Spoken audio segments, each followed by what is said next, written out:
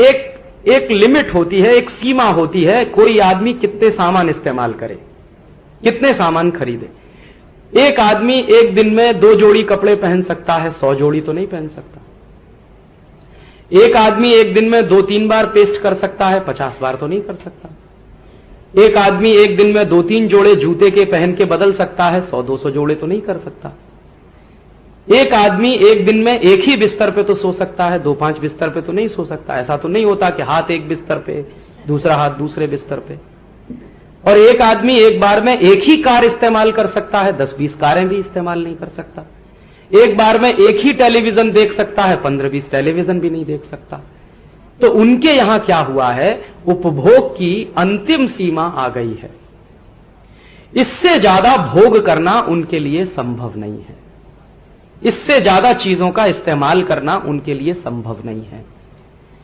अब जब भोग की सीमा आती है तो सामान बिकने की दर कम हो जाती है। तो अब अमेरिकी लोगों ने सामान खरीदना कम कर दिया है, और उस तरह की क्रेज जो उनको कभी होती थी 20 साल पहले, वो अब धीरे धीरे कम होती चली जा रही है। तो बाजार में सामान कम बिक रहा है, तो कंपनियां बंद हो रही हैं, बेरोजगारी बढ़ रही है, और उससे उनकी चिंता बहुत ज्यादा है। और उनकी चिंता इस बात से भी बहुत ज्यादा है कि दुनिया में कुछ ऐसे अर्थशास्त्री हुए हैं जिन्होंने कुछ सिद्धांत दे दिए। एक अर्थशास्त्री हो गए एडम स्मिथ, जिन्होंने विकास की परिभाषा ही ऐसी तय कर दी। रॉबिन्सन हो गए, फिर और तमाम हो गए।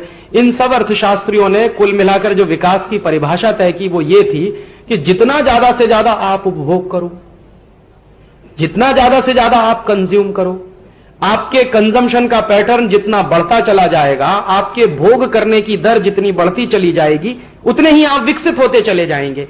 तो विकास की उन्होंने एक परिभाषा दे दी। दुर्भाग्य से ये अमेरिका और यूरोप वाले देश सब उसी में फंस गए कि ज्यादा से ज्यादा भोग करना है, ज्यादा से ज्यादा उपभोग करना है, तो उत्पादन भी ज्यादा से ज्यादा करना है, तो भोग करने की कोई सीमा नहीं होनी चाहिए, तो विकास उसी से होगा। तो बहुत सारी चीजें फिर उसके हिसाब से उन्होंने तय करना शुरू किया, जबकि मानव की स्वाभाविक प्रकृति त्याग करने की होती है, वो चाहे अमेरिका का हो चाहे भारत का। कुछ देर के लिए आप उसको जबरदस्ती भोग कराने में डाल सकते हैं, लेकिन अगर आप उसकी नेचुरल टेंडेंसी के बारे में समझने की कोशिश करें, नेचुरल इंस्टिंक्ट के बारे में समझने की कोशिश करें, तो वो त्याग करने की ही होती है। इसलिए भारत के मनीषियों में और अमेरिकी अर्थशास्त्रियों में बड़ा भारी फर्क रहा। यहां के मनीषियों ने विकास की एक ऐसी कल्पना की जिसमें आपसे कहा गया तेन त्यक्तेन भुंजी था, ईशावास्यम इदम सर्वम यत्किंच जगत्याम जगत तेन त्यक्तेन भुंजी था। हिंदुस्तान की सबसे बड़ी फिलॉसफी है तेन त्यक्तेन भुंजी था, त्याग पूर्वक भोग। त्याग भी नहीं, भोग भी नहीं, त्याग पूर्वक भोग। तो आप मनुष्य हैं, मानस हैं, और अगर आप त्याग में निकल गए तो आप फिर ईश्वर हैं। किसी भी समाज में त्याग करने वालों को ईश्वर मान लिया गया, वो भारत में ही मिलेगा आपको। उदाहरण के लिए भगवान राम महल में रहते हैं, दशरथ के बेटे हैं, राजकुमार हैं, तब तक उनको कोई नहीं पूजता।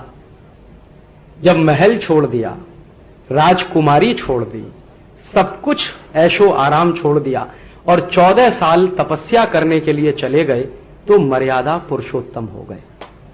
तो हम तो मर्यादा पुरुषोत्तम की पूजा करते हैं ना, राजकुमार राम की पूजा तो कोई नहीं करता इस देश में। या महात्मा बुद्ध जब अपने ऐशो आराम छोड़कर साधना के पथ पर निकले, उन्हीं गौतम बुद्ध की पूजा की जाती है ना, उसके पहले वाले की तो कोई नहीं करता। या महावीर स्वामी सब कुछ छोड़ा, ऐशो आराम छोड़ा, महल छोड़ा, सब कुछ छोड़ दिया, साधना की, तो तीर्थंकर हो गए, ईश्वर मान लिए गए। माने हिंदुस्तान में जो जितना ज्यादा त्याग करे वो उतना ही ऊंचा, माने जो जितना त्याग करे वो उतना ही विकसित और विकास के उस चरम पर कि हम सब उसके सामने झुकना शुरू कर दें।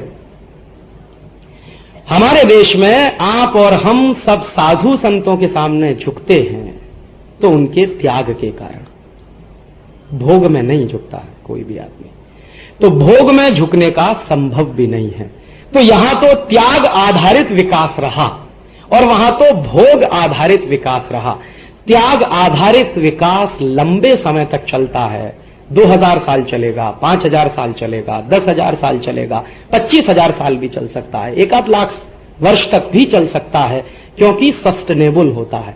भोग आधारित विकास तो 50 साल में ही खड्डे में पहुंच जाता है, क्योंकि लगातार भोग करते करते आदमी एक ऐसी सीमा पर पहुंचता है कि वहां फिर पशु में और उसमें कोई फर्क नहीं दिखाई देता, और फिर उसके जीवन का वो आखिरी हिस्सा होता है। और हम त्यागमय हैं, ये प्रकृति भी है हमारी। जैसे मैं कभी किसी आदमी से कहता हूं, कुछ लोग जो अमेरिकन हो गए हैं, बहुत दिमाग से वेस्टर्न हो गए, मेरे बहुत दोस्त हैं, मेरे साथ पढ़ते थे, दिमाग से अमेरिकन हो गए, शरीर से हिंदुस्तानी दिखते हैं, मुझसे अक्सर बहस करते हैं, कहते हैं क्या फालतू की बात करते हो, क्योंकि उन्होंने कीन्स पढ़ा है, एडम स्मिथ पढ़ा है, रॉबिन्सन को पढ़ा है, मैंने तेन भुंजी था पढ़ा। तो मैं कहता हूं भाई कि त्याग आधारित ही विकास दुनिया में चल सकता है, वो ही सस्टेनेबल हो सकता है। वो कहते हैं कि तब फिर डेवलपमेंट कैसे होगा? मैंने कहा डेवलपमेंट भी उसी में होगा, उसी के आधार पर होगा। कहने लगा नहीं नहीं तुम्हारी बात फालतू की है। तो मेरा एक दोस्त है, आजकल मैसाचुसेट में है, एक बार मेरी उससे लंबी बहस हो गई, तो मैंने उससे एक ही सवाल पूछा कि अच्छा तुम ये बताओ कि अपने जीवन में तुम सिर्फ भोग ही भोग करते रहो, त्याग नहीं करोगे तो तुम मर जाओगे। कहने लगा वो कैसे? मैंने कहा ये बताओ सवेरे सवेरे तुम टॉयलेट क्या करने जाते हो? त्याग करने जाते हो, भोग करने जाते हो?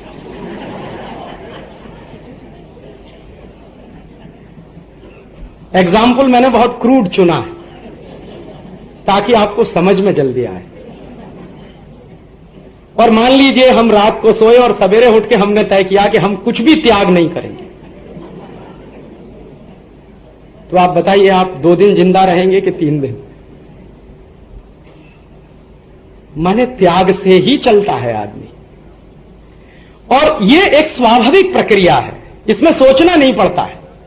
और जो स्वाभाविक प्रक्रिया के आधार पर आप कोई अगर पद्धति बनाए या विकास की दर तय करें या विकास के मानक तय करें, वो ज्यादा लंबे समय तक टिकता है।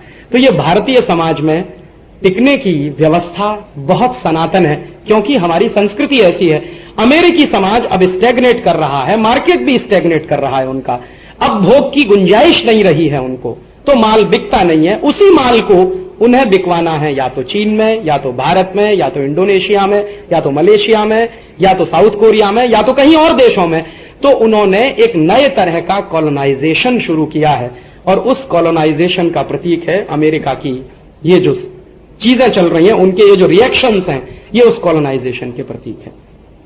तो मुझे लगता है कि उन्होंने जो व्यवस्था पर चलने का सोचा है, अगर हम पहले से उसके बारे में नाकेबंदी नहीं करेंगे तो शायद हो सकता है नुकसान फिर खा जाएं, क्योंकि हम तो बहुत नुकसान खा चुके हैं पिछले 1.5-2 हजार साल से, इस तरह की व्यवस्थाओं में फंसते रहे हैं।